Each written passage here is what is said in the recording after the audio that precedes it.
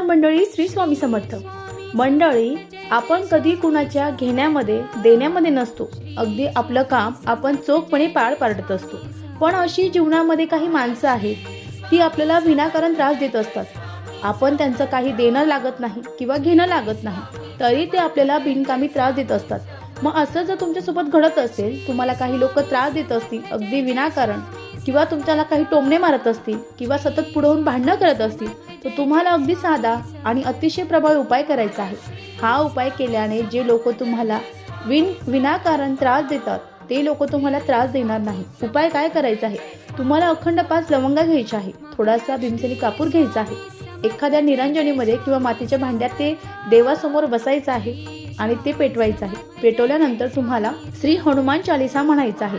हनुमान चालीसा होईपर्यंत ते जर चालू राहिलं तर ठीक आहे, किंवा शांत झालं तरीही चालेल, पण तुम्हाला पूर्ण हनुमान चालीसा म्हणायची आहे. आणि त्यानंतर त्याची जी राख तयार होणार आहे, ती राख तुम्हाला कपाळी लावायची आहे.